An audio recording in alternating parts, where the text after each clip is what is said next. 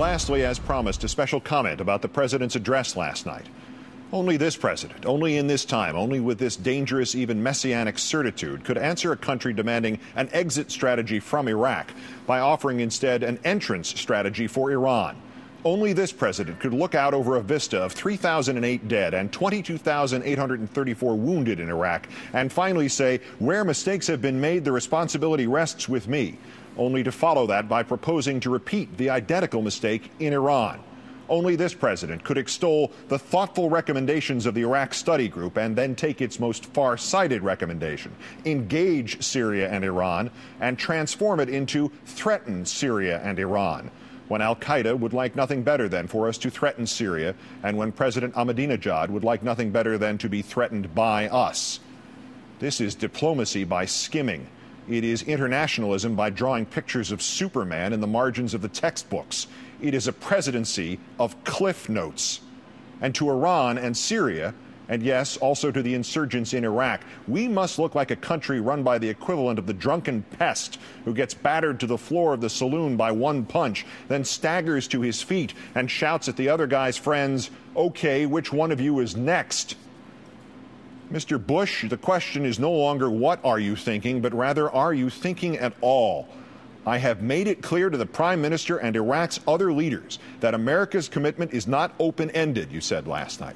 And yet, without any authorization from the public who spoke so loudly and clearly to you in November's elections, without any consultation with a Congress in which key members of your own party like Senator Brownback and Senator Coleman and Senator Hagel are fleeing for higher ground, without any awareness that you are doing exactly the opposite of what Baker Hamilton urged you to do, you seem to be ready to make an open-ended commitment on America's behalf to do whatever you want in Iran.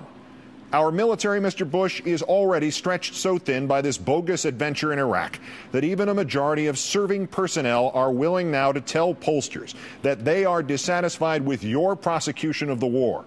It is so weary that many of the troops you have just consigned to Iraq will be on their second tours or their third tours or their fourth tours. And now you're going to make them take on Iran and Syria as well? Who is left to go and fight, sir? Who are you going to send to interrupt the flow of support from Iran and Syria? Laura and Barney? The line is from the movie Chinatown, and I quote it often. Middle of a drought, the mortician chuckles, and the water commissioner drowns. Only in L.A. Middle of a debate over the lives and deaths of another 21,500 of our citizens in Iraq, and the president wants to saddle up against Iran and Syria. Maybe that's the point, to shift the attention away from just how absurd and childish is this latest war strategy. Strategy, that is, for the war already underway, not the one on deck.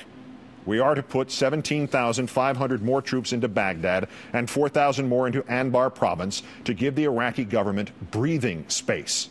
In and of itself, that is an awful and insulting term. The lives of 21,500 more Americans endangered to give breathing space to a government that just turned the first and perhaps the most sober act of any democracy, the capital punishment of an ousted dictator, into a vengeance lynching, so barbaric and so lacking in the solemnities necessary for credible authority that it might have offended the Ku Klux Klan of the 19th century.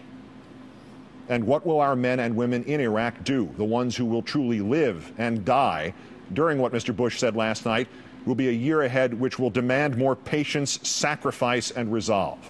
They will try to seal up Sadr City and other parts of Baghdad in which the civil war is worst. Mr. Bush did not mention that while our people are trying to do that, the factions in the civil war will no longer have to focus on killing each other, but rather they can focus anew on killing our people. Because last night the president foolishly all but announced that we will be sending those 21,500 poor souls over, but no more after that. And if the whole thing fizzles out, we're going home. The plan fails militarily, the plan fails symbolically, the plan fails politically. Most important, perhaps, Mr. Bush, the plan fails because it still depends on your credibility. You speak of mistakes and of the responsibility resting with you, but you do not admit to making those mistakes. And you offer us nothing to justify this clenched fist towards Iran and Syria. In fact, when you briefed news correspondents off the record before that speech, they were told once again, if you knew what we knew, if you saw what we saw, if you knew what we knew was how we got into this morass in Iraq in the first place, The problem arose when it turned out that the question wasn't whether or not we knew what you knew, but whether or not you knew what you knew. You, sir, have become the president who cried wolf. All that you say about Iraq now could be gospel. All that you say about Iran and Syria now could be prescient and essential. We no longer have a clue, sir. We have heard too many stories. Many of us are as inclined to believe you just shuffled the director of national intelligence over to the State Department because he thought you were wrong about Iran. Many of us are as inclined to believe you just put a pilot in charge of the ground wars in Iraq and Afghanistan because he would be truly useful in an air war next door in Iran. Your assurances, sir, and your demands that we trust you have lost all shape and texture. They are now merely fertilizer for conspiracy theories. They are now fertilizer indeed. The pile has been built slowly and with seeming care. I read this list last night before the president's speech, and it bears repetition because its shape and texture are perceptible only in such a context. Before Mr. Bush was elected, he said nation building was wrong for America. Now he says it is vital. He said he would never put U.S. troops under foreign control. Last night he promised to embed them in Iraqi units. He told us about WMD, mobile labs, secret sources, aluminum tubes, yellow cake. He has told us the war is necessary because Saddam was a material threat, because of 9/11, because of Osama bin Laden, al-Qaeda, terrorism in general, to liberate Iraq, to spread freedom, to spread democracy, to prevent terrorism by gas price increases, because this was a guy who tried to kill his dad, because 439 words into that speech last night, he trotted out 9/11 again. In advocating and prosecuting this war, he passed on a chance to get Abu Musab al-Zarqawi, to get Muqtada al-Sadr, to get bin Laden. He sent in fewer troops than the generals told him to. He ordered the Iraqi army disbanded and the Iraqi government de-Baathified. He shortchanged Iraqi training. He neglected to plan for widespread looting. He did not anticipate sectarian violence. He sent in troops without life-saving equipment. He gave jobs to foreign contractors and not to Iraqis. He staffed U.S. positions there based on partisanship, not professionalism. He and his government told us America had prevailed, mission accomplished. The resistance was in its last throes.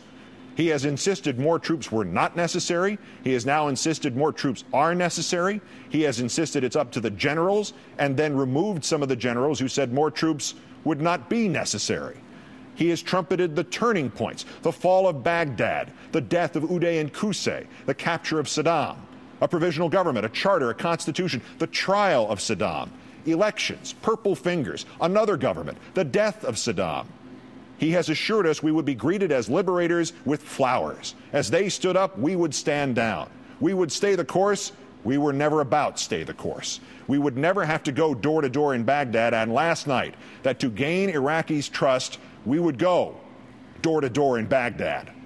He told us the enemy was al-Qaeda, foreign fighters, terrorists, Baathists, and now Iran and Syria. The war would pay for itself. It would cost $1.7 billion, $100 billion, $400 billion, $500 billion. Last night's speech alone cost us another $6 billion. And after all of that, now it is his credibility versus that of generals, diplomats, allies, Democrats, Republicans, the Iraq Study Group, past presidents, voters last November, and the majority of the American people. Oh, and there's one more to add to the list tonight. Oceania has always been at war with East Asia. Mr. Bush, this is madness. You have lost the military. You have lost the Congress to the Democrats. You have lost most of the Iraqis. You have lost many of the Republicans. You have lost our allies in this. You are losing the credibility not just of your presidency, sir, but more importantly, of your office itself. And most imperatively, you are guaranteeing that more American troops will be losing their lives and more families their loved ones. You are guaranteeing that. This becomes your legacy, sir. How many of those you addressed last night as your fellow citizens you just sent to their deaths? And for what, Mr. Bush? So that the next president has to pull the survivors out of Iraq instead of you? Good night and good luck.